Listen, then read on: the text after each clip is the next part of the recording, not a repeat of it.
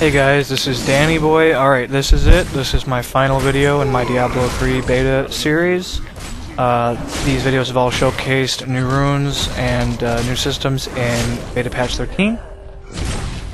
So, as in my previous video, I'm going to try to think of positive things that I really like about the game and try to finish off on a positive note.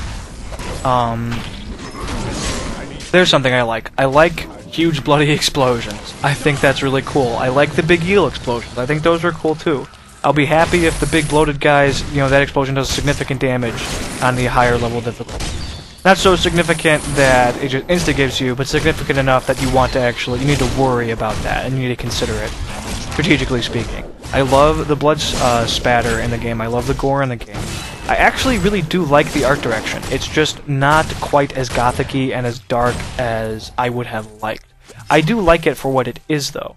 Now that they've gotten rid of a lot of the brighter environments, at least, Act 1 isn't bright, at least.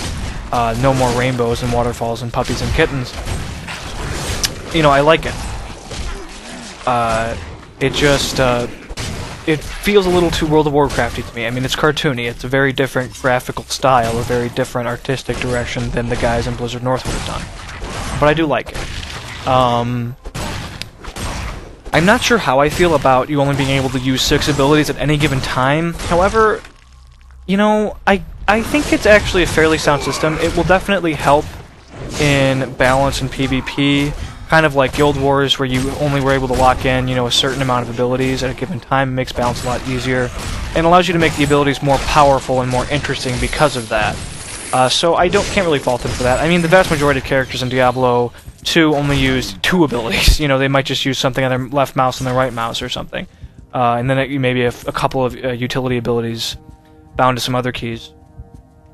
So it's definitely a step up from most of the classes in Diablo 2, but there were some, like the Paladin and the Assassin, that really used more than 6 abilities depending on how you played the class. So we're going to be jumping around in this video. I edited it to fit everything in to just 2 parts, this being the last part. This character killed much slower than some of the others because, I don't know, he just did. I think his weapon modifications, his weapon percent damage for his skills is lower than a lot of the other classes, just in the 30-40% range, maybe as high as 60%, whereas the Wizard has an ability that does 250% weapon damage, so it definitely makes a big difference.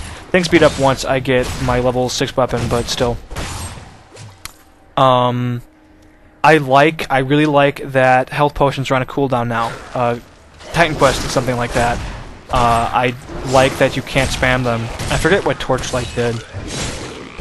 Torchlight might have had a cooldown too, I don't remember. I think they did. But I like that. I like that you don't spam potions anymore. I kind of like that they got rid of mana potions, actually. Well, I mean, considering only one class actually uses mana anymore, I argue that the Wizard probably could just as easily use mana, but I just got the rune for Bash, by the way. I forget what it does exactly. I think it just makes it hit harder. I think it increases the amount of weapon damage it does. Something like that. And Rend is a PB AoE, point-blank area of effect, a bleed, essentially. It's actually pretty effective, and some of the runes are interesting for it, like Bloodthirst, which makes it heal you. But yeah, I like that. I like health orbs. I like that sort of system. It's an interesting take. I haven't seen anything like that really in a hack and slash game before, so there's that. I mean, the game looks good graphically. Not even artistically speaking, but just graphically from a mechanical perspective. It looks good. What it is. I like the changes to shrines. I like how you can have more than one shrine on at once. I like how they still do make significant differences, and they got rid of some of the superfluous ones, like the damage enemies or throw out, poison potions and different ones that weren't really necessary. I mean, it wouldn't have mattered if they were still in the game to me, though, either, but it's fine. I like how they can stack now as well, so you don't have to worry about, well, I have this experience shrine, but I'd like to pick up this damage shrine or, you know, this stamina shrine or whatever, but I can't because I have the experience shrine, so you don't have to worry about that anymore. They got rid of stamina. Honestly, it's fine. There's no reason that stamina should exist. It's just something that's annoying for characters that didn't have the benefit of having passes that increased the amount of stamina they had, or didn't have boots or whatever that gave them bonus stamina. So it really wasn't a necessary system. It's one thing if stamina is used as like an endurance resource to fuel abilities, but when it just determines whether or not you can run or not, well, that's something else entirely. I like that they got rid of identification scrolls, that you just right-click on them and that identifies them, so it still takes time, but it doesn't require you to lug around a lot of consumables or run back to town constantly to talk to Kane, to Deckard, so that's good. Beyond that, the interface is well polished, it looks good, it functions well. I still think it's idiotic that elective is turned off, UI is turned off by default, but it is what it is. Deal with it. Advanced tooltips being turned off by default too. I mean, I think a lot of people won't even realize that advanced tooltips is an option when the game launches. And they'll just think, wow, why is this so simple? This is unnecessary. Like, there's nothing that I don't think, I mean, maybe tutorials tell you blatantly that hold down control, that'll show advanced tooltips, or turn it on, you know, and whatever, but some players might turn on tutorials before even looking at them, like I always do that. I turn it off before seeing the tutorials. I don't need tutorials. And without that information, you might not, you know about advanced tooltips. But again, I'm going to try to be positive, I'm going to try not to be negative. Rah, rah, rah, rah, rah. I like the character models. I really do. I like the Barbarian model. I like the Demon Hunter model. He reminds me a lot of Ichabod Crane sort of physique. Very Gilneas-y in terms of flavor, and fits the whole first act well. I really like the Witch Doctor's look. All the characters. The only one that I'm not a huge fan of is probably the Wizard, but beyond that, all of it's fine. Female and male, they all do the job. I can't really comment on what the armor models look like. I've seen what some of the sets look like, but I haven't seen anywhere near enough to make a call on that, the aesthetics of that, so I can't really say. I believe there's an armor die system in the game. I will be a big fan of that if there is. I believe there is, unless they dump that at some point.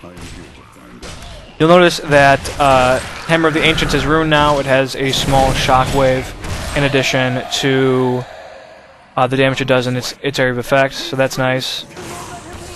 Makes it a little more of an AoE ability.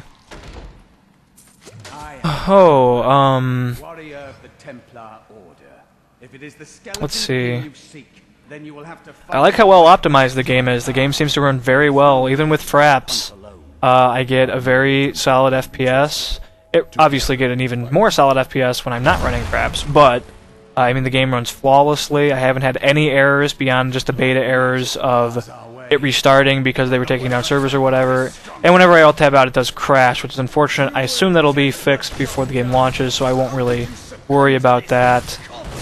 To talk about classes again, I'm very pleased to see that they finally put in a real, like, gadgeteer sort of class. I'm really excited about the Demon Hunter and that aspect of him, the grenades and the explosions and the sentries.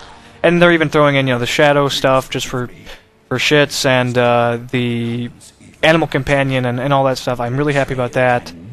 Very unique, very rare. I mean, Torchlight did something similar, but still, the Alchemist wasn't a gadgeteer-style class. So, I mean, the closest you got, really, was the Traps Assassin in Diablo 2.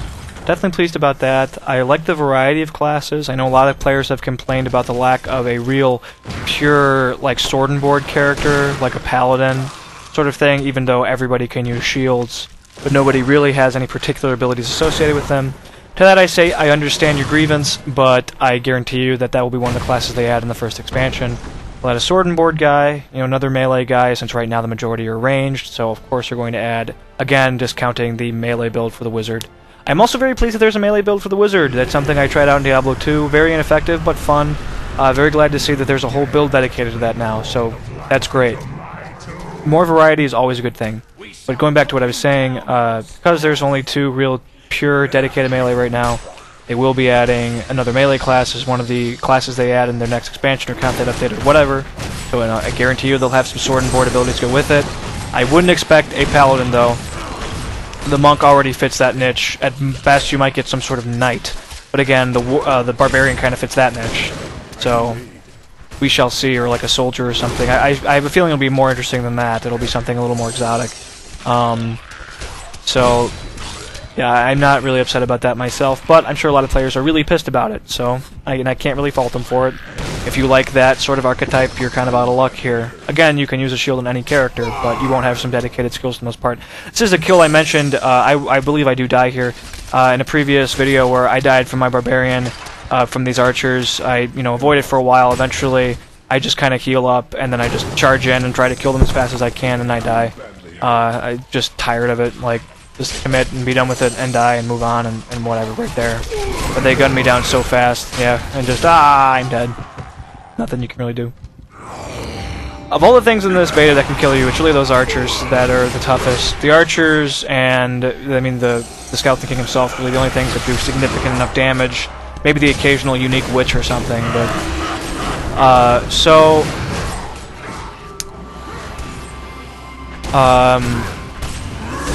I absolutely love that they gave every class in the game a movement ability. I mean, the Barbarian has 3 of them. He has Sprint, he has Leap Attack, and I think he has Charge as well. I mean, every class has a movement ability that's phenomenal. I applaud them. That's a great design choice.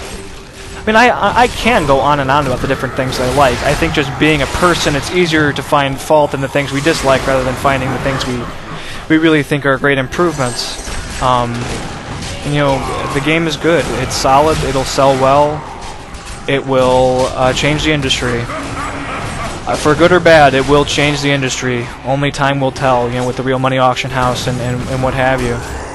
I'm definitely looking forward to the ride, though, and to see how things peter out. It has definitely been a great game to watch develop, and to just see grow, and to hear all the sensationalist news about it and all the community bitching and bickering about it. It's been great. All of it has really made the community thrive and has brought out the worst in us, but has also brought out the best of us in terms of debate and what have you, and just really caring about the industry and caring about where it's going to go, and trying to enact change and get our voices heard, and either way, for whatever side of the debate you're on. So I think that's great. I love to see the community interested and really caring about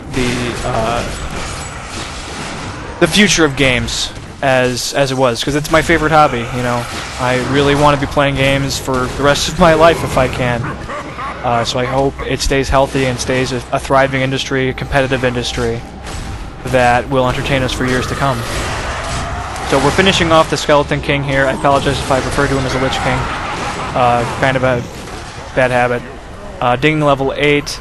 There's just, I think, 1 or 2 more abilities I want to show you, so we'll proceed to that in just a second. I think Rupture is a rune for... it's a rune for Cleave. It makes it get that big red splatter. Gives it a nice AoE effect. And just the gore and the explosions are just phenomenal. I do really like the game. There's a lot of things I really like about it. I'm looking forward to playing it. I will be buying the game. I'm going to buy it. I might not be contributing at all to the auction house. I might just be staying on. I hope I'll just stay on the regular gold auction house. Unless my mind changes. Who knows? I might have a totally different view now that they've made such significant changes to the auction house. I might think it's actually one of the best models you can find, and I might think it's totally superior to the subscription model, a year down the road after the game's been out for a while, now that they've made, removed the listing fee and whatever. Only time will tell, and only first-hand experience will really tell. I haven't used it at all in the beta. I purposely completely avoided it, and it's not something I care about, to test. But thanks, guys, for watching. Stay tuned for some other videos for some different games. Let me know what you think. Have a good one.